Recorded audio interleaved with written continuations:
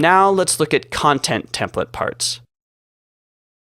I'm going to prefix these with content, and I'll start with the page template part. This starts and ends with the loop, if have posts, while have posts, the post, and is wrapped in an article element that's given the classes from the post class function. So far, nothing new yet, but how I'm dealing with the title on pages is going to be different because I don't want the title to link anywhere. So I'm not going to use the same template part that the template parts we just looked at do. Instead, I'm going to display the title wrapped in an h1 tag. Before that, though, I'm going to do my time element, but since the post date doesn't really matter for pages, I'm not going to display it, it's just strictly for indexing. The rest of the file will look pretty similar to the other stuff we've been working on. We'll even pull in a post metadata template part at the bottom, though for pages, which don't have any categories, we're only using it for the edit link. However, this is the first time we get to see comments. There are two ThemeHook Alliance hooks for before and after the comments, so I start by adding those. Then I'll wrap my comments in a section with the ID of comments. This ID is important because WordPress uses this for links to specific comments. The comments function is just comments template, and this will load the comments template file, which we'll look at later in this module. After all that, I need to close the section and finish everything off with an end while end if.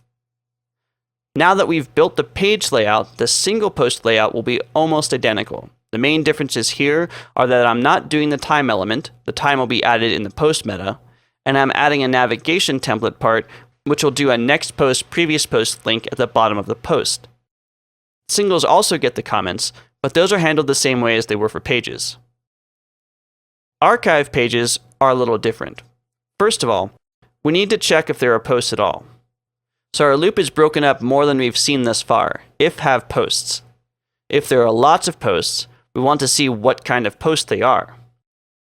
This will tell us what type of archive we're on.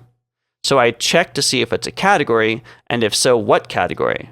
Then I display a heading that says you're on this category archive. If it's a tag archive, we do the same thing. And so on for day archives, month archives, year archives, and author archives. If everything else has been exhausted, we'll just display blog archives.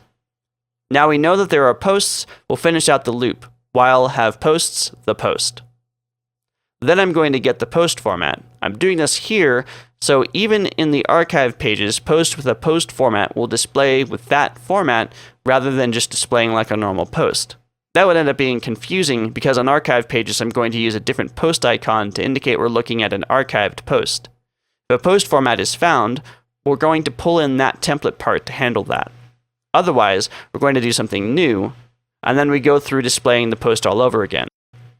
This will just look like the post template part from earlier, except this time we're checking if excerpts are being shown on archive pages. If not, we'll display the full post. If they are, check for a post thumbnail, add that in as a thumbnail media object, and then display the excerpt. After the entry, I'm using an archive icon before displaying the post meta. Before the end if closes out the loop, I'm pulling in the navigation template part. We'll look at the author and search template parts when I talk about those template files. For now, let's move on to the utility template parts.